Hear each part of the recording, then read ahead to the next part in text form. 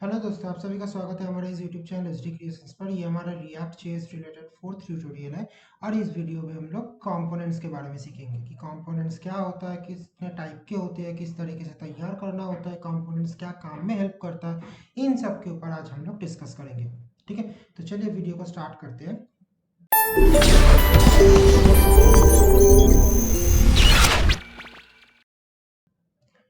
तो सबसे पहले तो कंपोनेंट्स क्या होता है, ठीक है। अब कंपोनेंट्स के बारे में बात करने से पहले मैं एक काम करता हूँ कि हम लोग अपना एक ऐप क्रिएट कर लेते हैं बेसिकली, क्योंकि हमें अल्टीमेटली एक ऐप चाहिए। तो मैं एक काम करता हूँ, मैं अपना जो फोल्डर है, ये जो फोल्डर है, इस फोल्डर का पाथ को कॉपी कर लेता हूँ और इस फोल्डर में मैं अपना एक दूसरा ऐप बना लेता हूँ। हम लोग जो पिछला वीडियो वो ये फर्स्ट ऐप के ऊपर देखे थे। सो अभी मैं यहाँ पे एक दूसरा ऐप बना लेता हूँ। सो जब तक में हम लोग कंसेप्ट समझेंगे तब तक में हमारा ऐप जो है वो क्रिएट हो जाएगा। सो सबसे पहले तो मुझे डी ड्राइव में जाना है, देन सी डी मेरा जगह, देन क्रिएट रिएक्ट ऐप और मान लेते हैं नाम होगा सेकंड ऐप। ठीक है, चलिए। तो यहाँ पे ऐप का जो बिल्डिंग प्रोसेस है वो स्टार्ट हो चुका है। तो जब तक में ये बिल्ड होता है, चलिए तब तक हम लोग समझ लेते हैं कि जो हमारा कंपोनेंट्स है वो कंपोनेंट्स होता क्या है। सो बेसिकली देखिए, कंपोनेंट्स क्या होता है कि कोई भी एक वेब पेज में, जैसे हमारे पास फ्रंट एंड में हमारे पास एक वेब पेज होता है जहाँ पे बहुत सारा मतलब चीज़ें अलग अलग HTML टैग्स लगा हुआ रहता है। लाइक इमेज हो गया, नैव्स हो गया, P tag, H1 H2, footer, header, बहुत सारे तरीके का एलिमेंट जो है वो रहता है।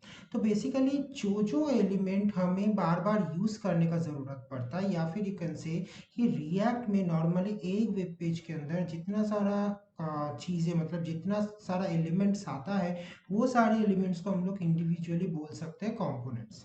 जैसे मान लीजिए कि ये मेरा एक वेब पेज है जहाँ पे जो पूरा नेविगेशन बार है वो एक कंपोनेंट है, या फिर जो फूटर है वो एक कंपोनेंट है। मैं यहाँ पे एग्जांपल के तौर पे ऐसे नेविगेशन का जो नैव सिस्टम है उसको लिया हूँ, या फिर फूटर को लिया हूँ।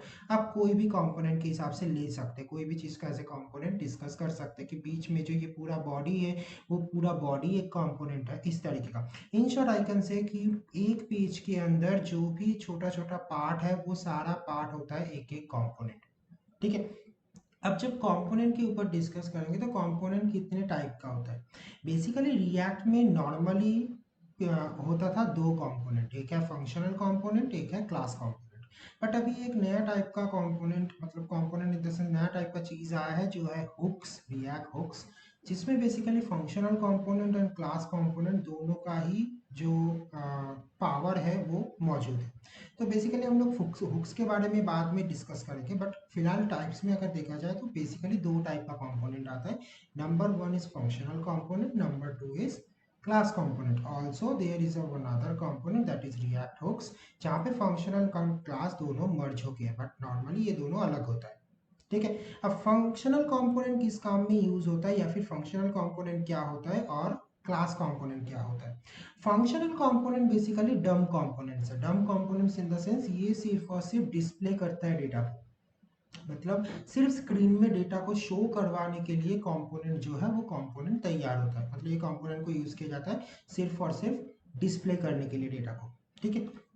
ये जो कंपोनेंट है, ये कंपोनेंट स्टेट को मेंटेन नहीं कर सकता। अब स्टेट क्या है, वो स्टेट का लॉजिक हम लोग आने वाले वीडियोस में समझेंगे। रिएक्ट में दो बहुत ही मेन इंपॉर्टेंट चीज होता है, props and state. So functional component जो है वो स्टेट को मेंटेन नहीं कर सकता है। ठीक है। एंड फंक्शनल कंपोनेंट लाइट, मतलब वेट में लाइटर होता है कंपेयर टू क्लास कंपोनेंट। वहीं पे अदर साइड पे जो क्लास कंपोनेंट होता है वो लॉजिकल कंपोनेंट्स होता है, मतलब जितने भी सारे API कॉल्स है या फिर आपका लॉजिकल पार्ट है, वो सारा लॉजिकल पार्ट, स्टेट मैनेजमेंट, वो सब कुछ बेसिकली होता है हमारे क्लास कंपोनेंट के अंदर। ठीक है। Logical parts like API call, state management, ये जो सारा काम है, ये सारे काम के लिए बेसिकली हम लोग यूज करते हैं हमारा क्लास कंपोनेंट। क्लास कंपोनेंट जो है वो स्टेट को मेंटेन कर सकता है, क्योंकि वो स्टेट मैनेजमेंट के लिए यूज किया जाता है। तो लॉजिकल कंपोनेंट जो है वो स्टेट को मेंटेन कर सकता है, और ये बेसिकली फंक्शनल कंपोनेंट के कंपैरिजन में थोड़ा सा हेवी होता है, कुछ ज़्यादा एक्स्ट्रा मिलीसेकंड लेता है लोड होने में। ठीक है। सो ये है बेसिकली हमारे कंपोनेंट्स टाइप।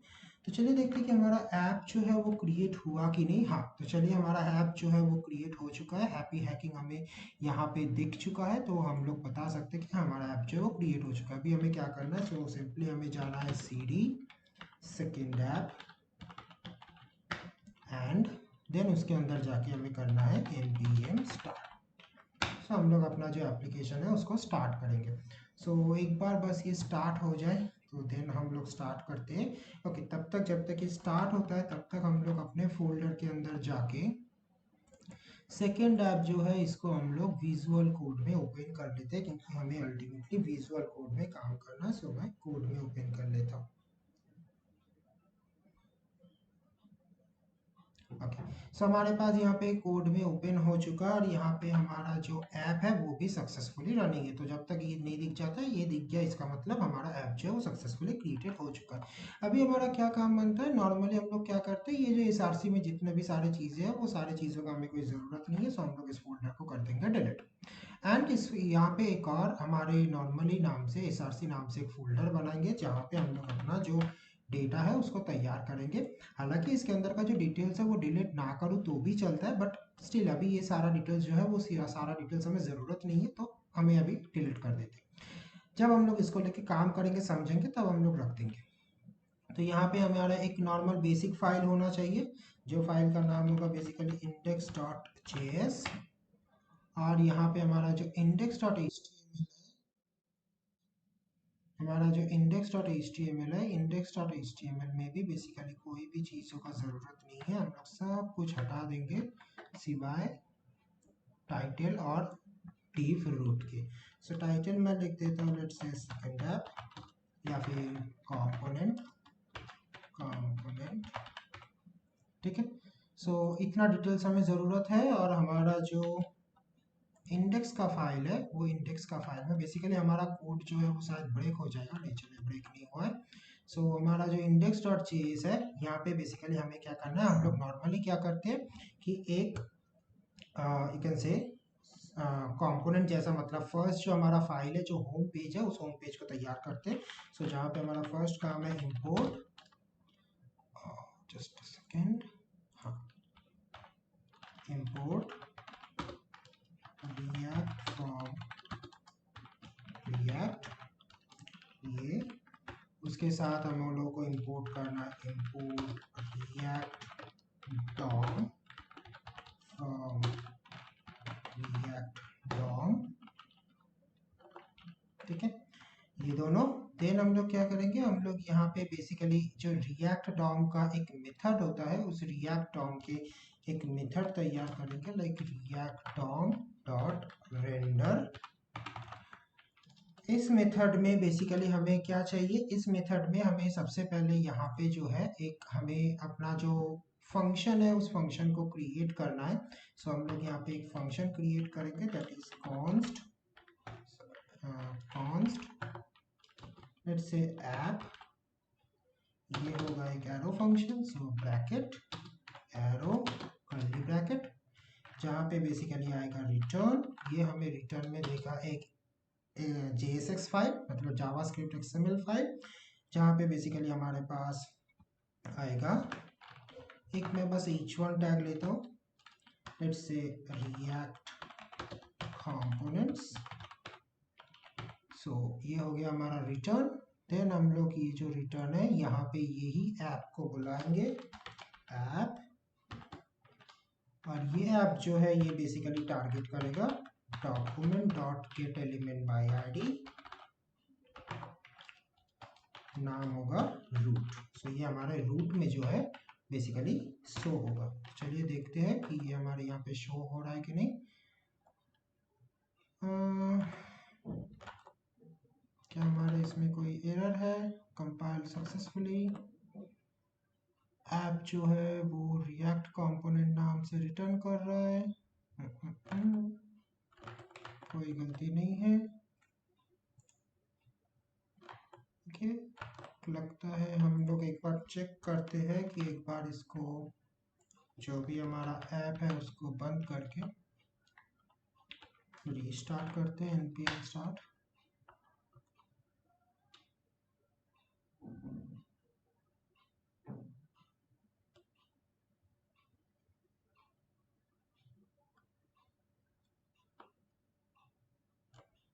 जस्ट हम लोग एक बार ऐप को रीस्टार्ट किए, कोई एरर तो आना नहीं चाहिए क्योंकि हम लोगों ने जो सिंटैक्स है उसको तो सही तरीके से की है। स्टार्टिंग लाइव सर्वर, हाँ, तो हमारा जो कंपोनेंट है वो दिख रहा है, ठीक है।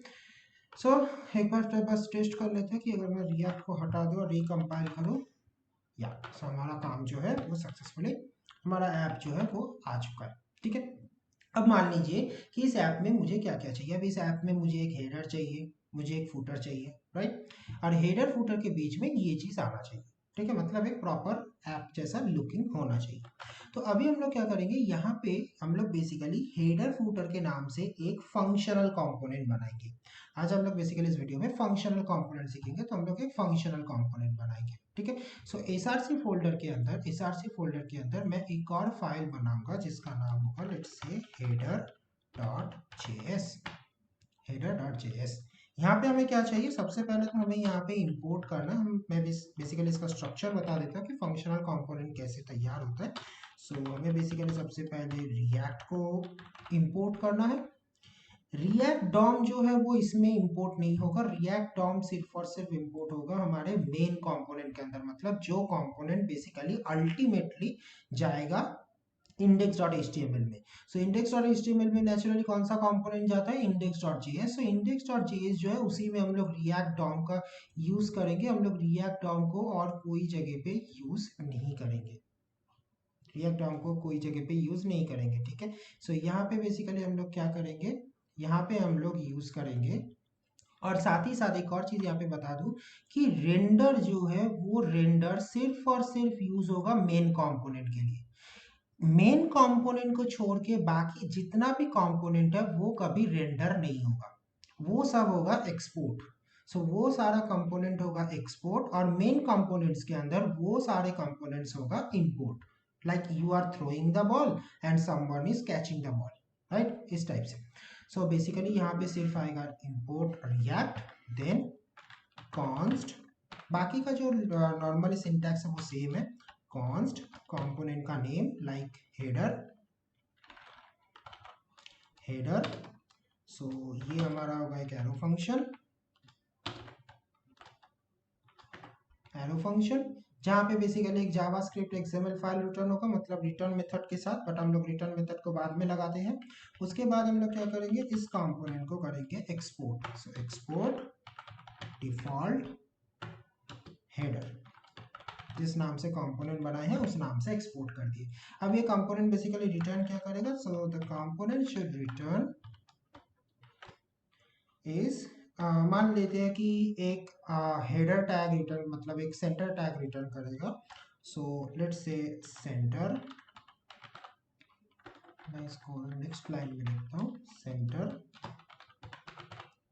सेंटर जिस सेंटर में बेसिकली होगा एक h1 टैग,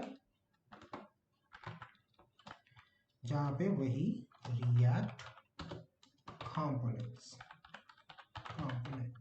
ठीक है।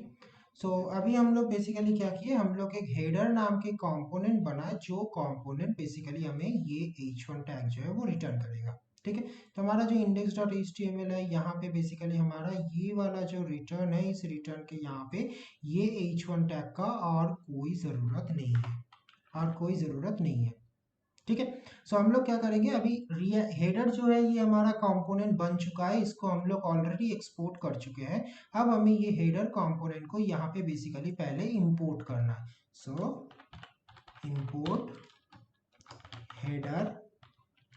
अच्छा, यहाँ पे एक और चीज का ध्यान देना कि जो कंपोनेंट का नाम होगा ना वो हमेशा कैपिटल में स्टार्टिंग करना। क्यों करना, क्योंकि अदरवाइज रिएक्ट जो कंफ्यूज हो जाएगा कि हेडर कोई टैग है या फिर कोई कंपोनेंट है, क्योंकि HTML में हेडर नाम का टैग आता है, राइट, एलिमेंट आता है। सो हेडर कोई टैग एलिमेंट है या फिर कोई कंपोनेंट है। सो इसलिए हम लोग जो कंपोनेंट जब इंपोर्ट करते हैं तब उसका स्टार्टिंग लेटर जो है उसको कर देते हैं capital. So header from ./header। So header हम लोगों ने इंपोर्ट कर लिया। अब इस हेडर को हम लोग इस रिटर्न के अंदर कॉल करेंगे, रिटर्न हेडर लाइक दिस। सो ये हमारा जो हेडर टैग है ये बेसिकली यहाँ पे कॉल हो जाएगा। अभी करते इसको सिर्फ देखिए रिजल्ट बिल्कुल सेम। सो इस बार क्या हो रहा है कि हमारा जो होम कंपोनेंट दैट इज हमारा मेन कंपोनेंट कौन है, index.js। index.js के अंदर एक दूसरा कंपोनेंट आ रहा है दैट इज हेडर। अब हेडर कंपोनेंट index.js को क्या रिटर्न दे रहा है, हेडर कंपोनेंट बेसिकली index.js को दे रहा है एक सेंटर टैग, जिस सेंटर टैग के अंदर बेसिकली एक है रिएक्ट कंपोनेंट बोल के मेरा एक h1 टैग, और उस h1 टैग को बेसिकली रिटर्न में दे रहा है index.js। index.js उस फाइल को टोटली रिटर्न कर रहा है index.html में। सो हमारा वेब पेज दिखने में कुछ इस तरीके का। अगर आप यहाँ पे इंस्पेक्ट करते हैं तो देखिए बॉडी के अंदर सिंपली हमारा div रूट, जहाँ पे बेसिकली हमारा कंपोनेंट जो है वो स्टोर होगा। रूट के अंदर सिंपल एक सेंटर टैग में हेडर h1 टैग। ठीक है, तो कुछ इस तरीके से हो रहा है हमारा स्ट्रक्चर। सो इस तरीके से हम लोग फंक्शनल कंपोनेंट तैयार करते हैं। ठीक है, एक दूसरा कंपोनेंट तैयार करते हैं। मान लेते हैं अभी हेडर जो है इसको हम लोग थोड़ा सा चेंज करते हैं कि हेडर कंपोनेंट अभी सिर्फ और सिर्फ ऐसे हेडर कंपोनेंट का जो ना ये है उसको मैं कर देता हूँ st creations। ठीक है, देन उसके नीचे एक आ जाएगा हॉरिजॉन्टल लाइन ताकि पता चले कि हाँ ये ब्रेक के लिए बस। ठीक है, ये मेरा एक हेडर कंपोनेंट। साइमल्टेनियसली मैं इसी हेडर कंपोनेंट का जो फॉर्मेट है उसको कॉपी करके एक और फाइल src के अंदर बना लेता हूँ जिसका नाम है footer.js। ठीक है, सो footer.js में बेसिकली स्ट्रक्चर तो सेम ही होगा कि सबसे पहले रिएक्ट इंपोर्ट होगा, देन उसके बाद जो कॉन्स्ट है वो हो जाएगा हमारा फूटर, और एक्सपोर्ट भी होगा फूटर के नाम से। ठीक है, और यहाँ पे भी बेसिकली सेंटर टैग रिटर्न आएगा, बट यहाँ पे जो चीज़ है कि सेंटर टैग के बाद आएगा h1 hr टैग, देन हम लोग h1 टैग h1 नहीं हम लोग h4 टैग के अंदर रिटर्न करेंगे एम्परसेंड कॉपी, जस्ट एक कॉपीराइट का symbol copy, then let's say Sandeep. ठीक है, तो ये हो जाएगा हमारा फूटर। ठीक है, सो अभी इस फूटर को भी करेंगे हम लोग index.html में index.js में इंपोर्ट, जहाँ पे ये नाम और ये नाम दोनों ही नाम हो जाएगा फूटर। सो फूटर हमारा इंपोर्ट हो गया। अब देखिए रिटर्न में बेसिकली हमारा एक ही कंपोनेंट अभी तक रिटर्न हो रहा था दैट इज हेडर, इसलिए हम लोग यहाँ पे रिटर्न के बाद डायरेक्ट लिख दिए थे। बट अभी हमारा जो स्ट्रक्चर है उसमें दो कंपोनेंट आ जाएगा, तो जब भी मल्टी कंपोनेंट आएगा तब आपको उसको ब्रैकेट के अंदर लिखना है, ठीक है, तो सबसे पहले आएगा let's say header component, then उसके बाद मान लेते हैं हमारा बॉडी का कुछ टेक्स्ट आएगा। सो बॉडी के लिए मैं यहाँ पे कुछ पैराग्राफ्स ले लेता हूँ कि h1 नहीं, मैं यहाँ पे h2 टैग ले लेता हूँ या फिर h3 tag, this will be the body,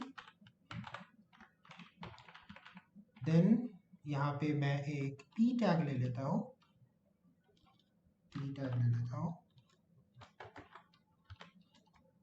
जहाँ पे कुछ डमी टेक्स्ट में लिख दूंगा लाइक लोरेम 25,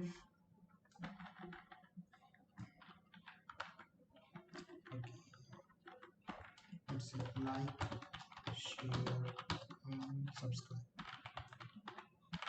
ठीक है, सो ये हो गया हमारा p टैग, और उसके बाद यहाँ पे हम लोग जो फूटर है उस फूटर को कॉल करेंगे। सो फूटर को भी कॉल करेंगे जस्ट लाइक हेडर, सो फूटर। ठीक है, कंट्रोल एस। यहाँ पे कुछ प्रॉब्लम है, कुछ इशू है, लेट्स सी कि क्या इशू है।